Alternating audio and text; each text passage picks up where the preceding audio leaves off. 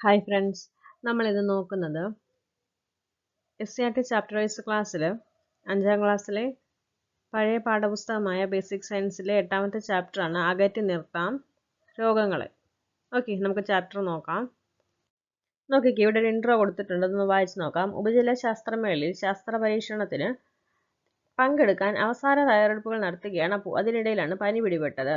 മരുന്ന് കഴിച്ചെങ്കിലും ശമിച്ചില്ല.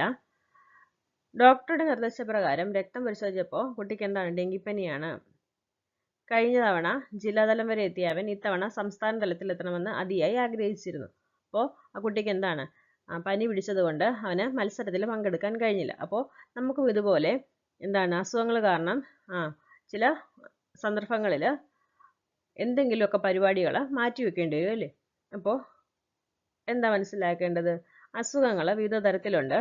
അപ്പോൾ മഴക്കാലത്ത് വിവിധ അസുഖങ്ങൾ പടർന്ന് പിടിക്കാറുണ്ട്. കണ്ടോ, ഇവിടെ കൊടുത്തേക്കുന്നുണ്ട് പ്രാഥമിക ആരോഗ്യ കേന്ദ്രം ഇവിടെ കൊടുത്തിട്ടുണ്ട്. മഴക്കാല രോഗങ്ങൾക്ക് എതിരെ എന്താ ചെയ്യണം, നമ്മൾ ജാഗ്രത പാലിക്കേണ്ടതുണ്ട്. മഴക്കാലത്ത് ഒരുപാട് അസുഖങ്ങൾ പടർന്ന് പിടിക്കാറുണ്ട് അല്ലേ. പനിയൊക്കെ കൂടുതലും മഴക്കാലത്ത് വരാറുണ്ട്. വിവിധ തരത്തിലുള്ള പനികൾ വരാറുണ്ട് അല്ലേ. മഴക്കാലം ആകുമ്പോൾ വെള്ളം അവിടെ ഇവിടെയൊക്കെ കെട്ടി നിന്ന് കൊതുക് വരിക സാഹചര്യമുണ്ട്. അതുപോലെ തന്നെ എന്താണ്, എലിമൂത്രമൊക്കെ ആ ജലത്തിലൂടെ പോകാൻ സാധ്യതയുണ്ട്. അങ്ങനെ പല പല അസുഖങ്ങൾ നമുക്ക് ഈ മഴക്കാലത്ത് നമുക്ക് ഉണ്ടാവാനായിട്ട് ഇടയുണ്ട്. അപ്പോൾ നമുക്കറിയാവുന്ന ചില രോഗങ്ങൾ ഏതൊക്കെയാണ്, വയറുവേദനയുണ്ട്, തലവേദനയുണ്ട്, പിന്നെന്താണ്, പനിയുണ്ട്, പിന്നെ നമ്മൾ ജലദോഷം പറയാറുണ്ട് അല്ലേ. ഓക്കെ, ചില രോഗങ്ങൾ നമുക്കറിയാം, പകരുന്നവയുണ്ട്, പകരാത്തവയുണ്ട് അല്ലേ. നമുക്കതിനെക്കുറിച്ച് നോക്കാം. പിന്നീട് മനസ്സിലാക്കേണ്ടതാണ്, കൊതുക്, ഈച്ച, എലി തുടങ്ങിയ ജീവികളിൽ നിന്ന് നമുക്ക് അസുഖങ്ങൾ കിട്ടാറുണ്ട്. അതെങ്ങനെയാണെന്ന് നോക്കണം. ഓക്കെ, അപ്പോൾ രോഗം ഉണ്ടാക്കുന്നത് ആരാണ് എന്നീ ഭാഗങ്ങളൊക്കെ നമുക്കൊന്ന് നോക്കാം.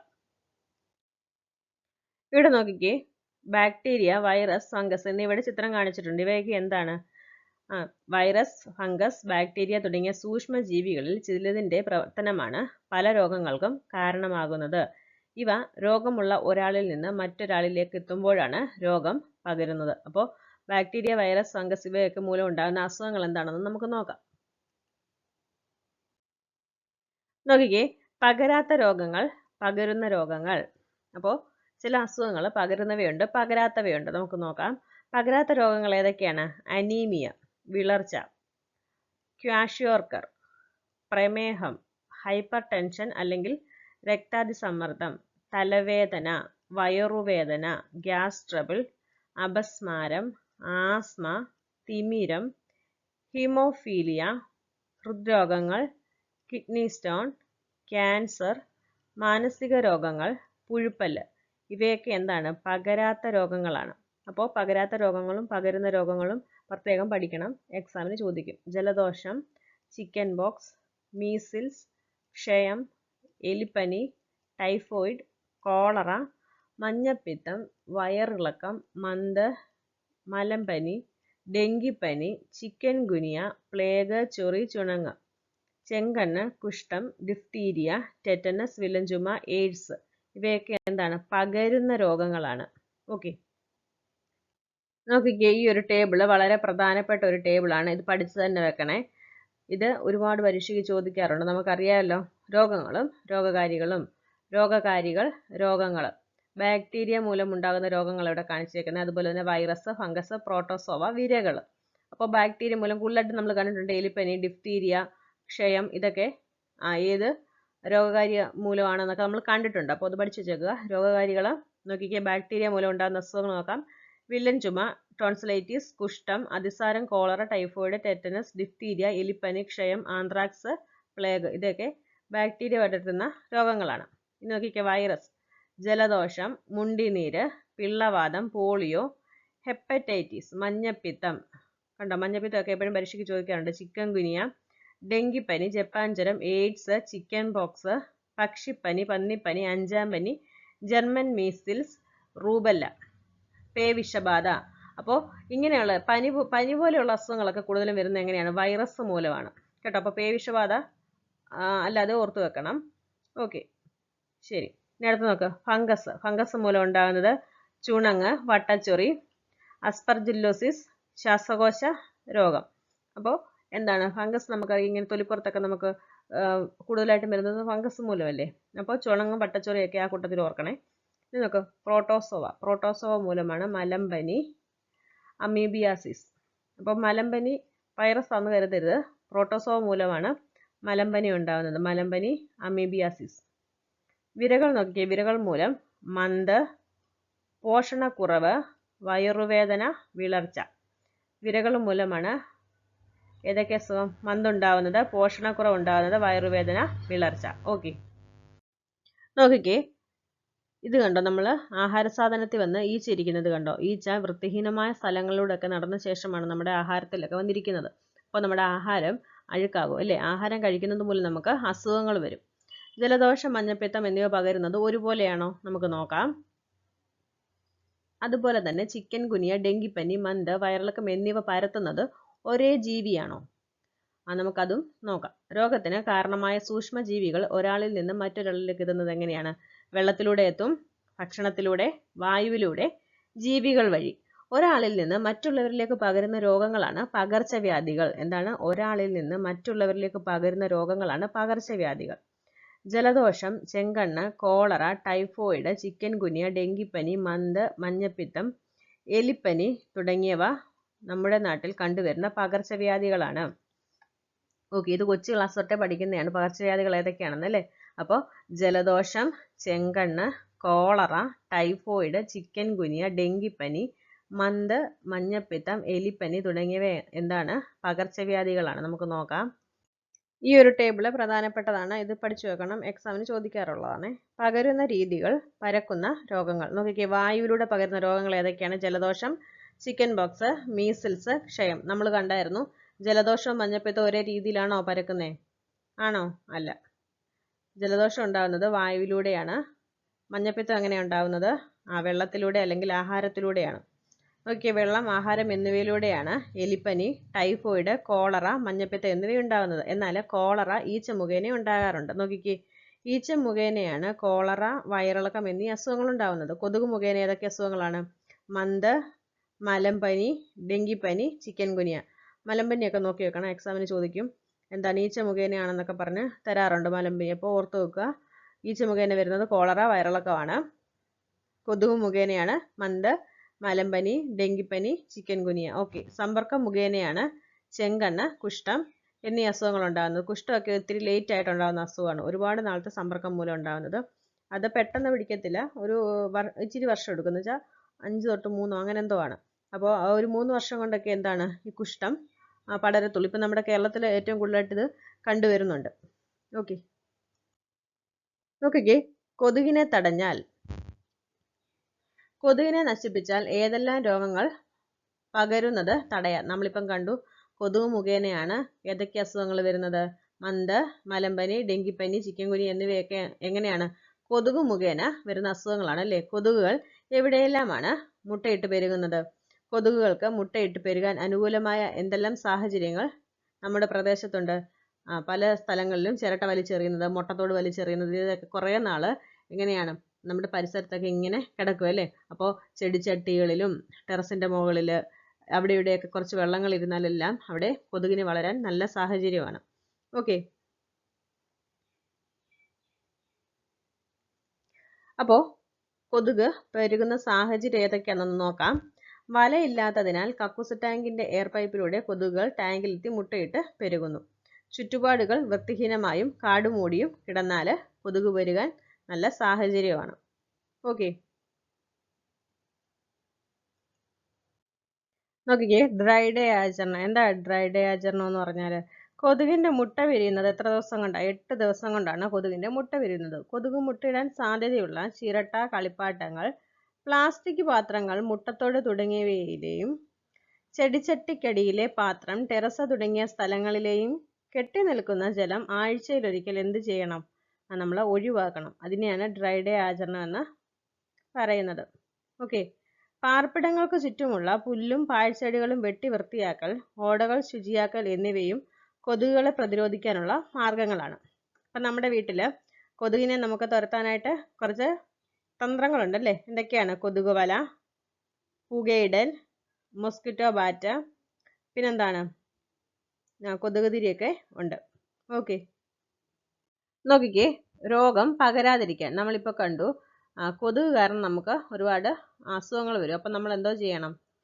നമ്മൾ ഡ്രൈ ഡേ ഒക്കെ ആചരിച്ചു. അതുപോലെ തന്നെ കൊതുക് വളരാനുള്ള സാഹചര്യങ്ങളൊക്കെ നമ്മൾ ഒഴിവാക്കി. അതേപോലെ ഇവിടെ നല്ല ചിത്രം കാണിച്ചിട്ടുണ്ട്. പല അസുഖങ്ങൾ നമുക്ക് ഉണ്ടാവാറുണ്ടല്ലേ. അപ്പോൾ അസുഖങ്ങളൊക്കെ ഒരു പരിധിക്കപ്പുറം വരെ നമ്മൾ തടയാൻ എന്തൊക്കെ ചെയ്യണം? നമ്മൾ ചുമയ്ക്കുമ്പോഴും തുമ്മുമ്പോഴും ഒക്കെ തുവാല ഉപയോഗിക്കണം. അതുപോലെ തന്നെ കണ്ടോ, നഖമൊക്കെ വെട്ടി വൃത്തിയാക്കണം. കണ്ടോ, അല്ലെങ്കിൽ ഇതുപോലെ ചെളിയായിട്ടിരിക്കും. പിന്നെന്താണ്? ഭക്ഷണ സാധനങ്ങൾ എന്ത് ചെയ്യരുത്? വലിച്ചെറിയൊന്നും ചെയ്യരുത്. അതോടൊപ്പം തന്നെ ആഹാരപദാർത്ഥങ്ങൾ തുറന്ന് വെക്കരുത്. അങ്ങനെയുള്ള കാര്യങ്ങളൊക്കെ ചെയ്യണം. പിന്നെന്താ ചെയ്യേണ്ടത്? ടോയ്ലറ്റും കിണറും തമ്മിൽ അടുത്തടുത്ത് വെക്കരുത്. ഓക്കെ. നോക്കി, രോഗം പകരുന്ന രീതികളും എടുക്കാവുന്ന മുൻകരുതലുകളും. കൊതുക് മുഖേന മലിനജലം കെട്ടിക്കിടക്കുന്ന സാഹചര്യങ്ങൾ ഇല്ലാതാക്കുക. ആഴ്ചയിലൊരിക്കൽ ഡ്രൈ ഡേ ആചരിക്കണം. പിന്നെന്താണ്? വീടും പരിസരവും വൃത്തിയായിട്ട് സൂക്ഷിക്കണം അല്ലേ. നോക്ക്, ഈച്ച മുഖേന വീട് പരിസരവും ശുചിയായി സൂക്ഷിക്കുക. ഭക്ഷണം അടച്ചു സൂക്ഷിക്കുക. പിന്നെന്താണ്? ഭക്ഷണ സാധനങ്ങൾ വലിച്ചെറിയാതിരിക്കുക. ജലം, ആഹാരം എന്നിവയിലൂടെ തിളപ്പിച്ചാറിയ വെള്ളം മാത്രം കുടിക്കുക.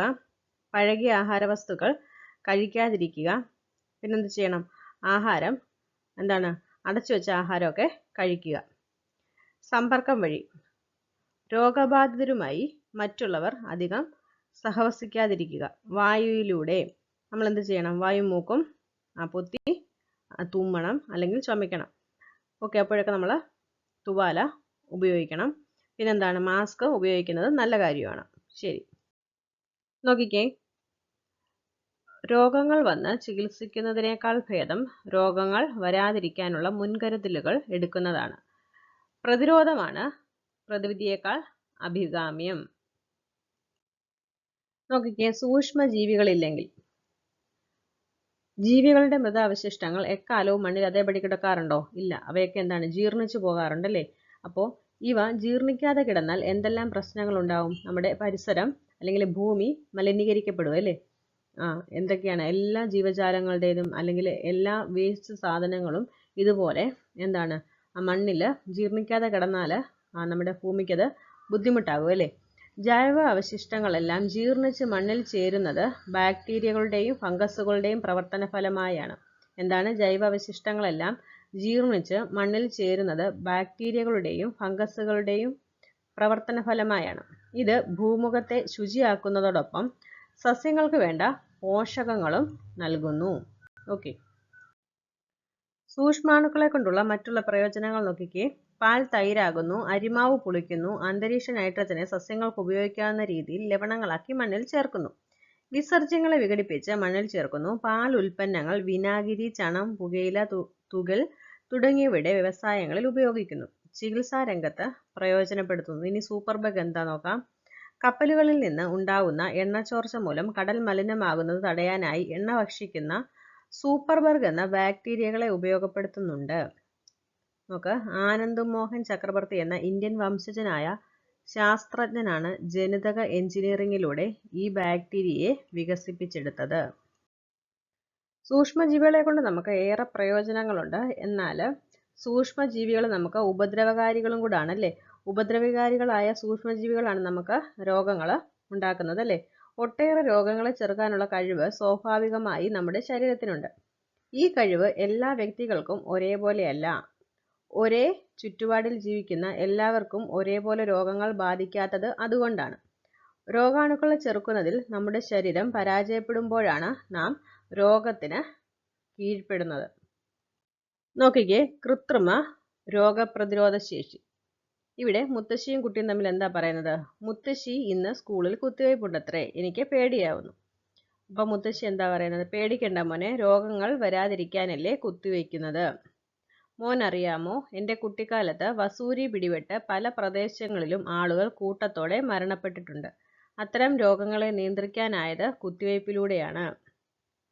ഓക്കെ, നമുക്കപ്പോൾ നോക്കാം. നോക്കിക്കേ, പ്രതിരോധ കുത്തിവയ്പ്പുകൾ, വാക്സിനേഷൻ. രോഗങ്ങളെ പ്രതിരോധിക്കാൻ ശരീരത്തിന് കൃത്രിമമായി കഴിവ് നേടിക്കൊടുക്കുന്ന രീതി ഇന്ന് സർവ്വസാധാരണമാണ്. ഇതിനായി പ്രതിരോധ കുത്തിവയ്പ്പുകൾ ഉപയോഗിച്ചു വരുന്നു. നമുക്ക് പ്രതിരോധ കുത്തിവയ്പ്പിന്റെ പട്ടിക നോക്കാം. ഇതൊരു പ്രധാനപ്പെട്ട ടേബിളാണ്. ഇവിടെ വാക്സിന്റെ പേര്, രോഗം, നൽകേണ്ട സമയം എന്നിവ കാണിച്ചിട്ടുണ്ട്. അപ്പോൾ കുട്ടി ജനിച്ച ഉടനെ കുട്ടിക്ക് കൊടുക്കുന്ന 3 വാക്സിനാണ് zero dose, OPV, hepatitis B, CG. ഏതൊക്കെ അസുഖത്തിനെതിരെയാണ്? പോളിയോ, മഞ്ഞപ്പിത്തം, ക്ഷയരോഗം. Okay, pentavalent 1, pentavalent 2, pentavalent 3. പെൻറ്റാവാലന്റിനോടൊപ്പം OPVയും എടുക്കുന്നുണ്ട്. അപ്പോൾ പെൻറ്റാവാലന്റ് 1, പെൻറ്റാവാലന്റ് 2, പെൻറ്റാവാലന്റ് 3, അതോടൊപ്പം OPV1, OPV2, OPV3 എന്നിവയും എടുക്കുന്നുണ്ട്. ഏതൊക്കെ സമയങ്ങളിലാണ് എടുക്കുന്നത്? ജനിച്ച് 6 ആഴ്ച, 10 ആഴ്ച, 14 ആഴ്ച. അതായത് 1.5 മാസത്തിൽ, 2.5 മാസത്തിൽ, 3.5 മാസത്തിൽ. അപ്പോൾ പെൻറ്റാവാലന്റ് 1 എന്ന് പറയുന്നത്, പെൻറ്റാവാലന്റ് എന്തിനു വേണ്ടിയിട്ടാണ്? ഡിഫ്തീരിയ, വില്ലൻ ചുമ, ടെറ്റനസ്, ന്യൂമോണിയ, ഹീമോഫീലിയ, ഇൻഫ്ലുവൻസ, മഞ്ഞപ്പിത്തം. അതുപോലെ തന്നെ OPV എടുക്കുന്നത് പോളിയോയ്ക്ക് വേണ്ടിയിട്ടാണ്. ഓക്കെ, മീസിൽസിൻ്റെ വാക്സിന് കുട്ടിക്ക് ജനിച്ച് 9 മാസം തികയുമ്പോഴും അതുപോലെ തന്നെ 1.5 വയസ്സ് തികയുമ്പോഴും എടുക്കുന്നുണ്ട്. വൈറ്റമിൻ എയുടേത് 9 മാസവും 1.5 വയസ്സും 2 വയസ്സ്, 2.5 വയസ്സ്, 3 വയസ്സ്, 3.5 വയസ്സ്, 4 വയസ്സ്, 4.5 വയസ്സ്, 5 വയസ്സ്. ഈ സമയങ്ങളിൽ വൈറ്റമിൻ എ 9 പ്രാവശ്യം കുട്ടിക്ക് എടുക്കുന്നുണ്ട്. അതെന്തിനു വേണ്ടിയിട്ടാണ്? കണ്ണിൻ്റെ ആരോഗ്യത്തിന് വേണ്ടിയിട്ടാണ്. അതുപോലെ തന്നെ MMR വാക്സിൻ മുണ്ടിനീര്, 5-ാം പനി, റുബല്ല എന്നീ അസുഖങ്ങൾക്ക് വേണ്ടിയിട്ടാണ്. 1 വയസ്സും 3 മാസവും തികയുമ്പോഴാണ് ആ വാക്സിൻ എടുക്കുന്നത്. ഓക്കെ, അപ്പോൾ മീസിൽസ് 1-ാം ഡോസും വൈറ്റമിൻ എ 1-ാം ഡോസും കുട്ടിക്ക് ജനിച്ച് 9 മാസം തികയുമ്പോഴാണ് എടുക്കുന്നത്. അതുപോലെ തന്നെ DPT first booster polio 2-ാം dose measles എടുക്കുന്നത് എപ്പോഴാണ്? കുഞ്ഞിന് 1.5 വയസ്സ് തികയുമ്പോഴാണ്. DPT എപ്പോഴൊക്കെ എടുക്കുന്നുണ്ട്?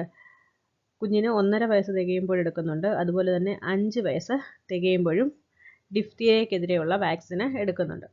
ഓക്കെ, പിന്നെ ഏതാണ്? വൈറ്റമിൻ എ 9 പ്രാവശ്യം എടുക്കുന്നുണ്ടെന്ന് നമ്മൾ പറഞ്ഞു.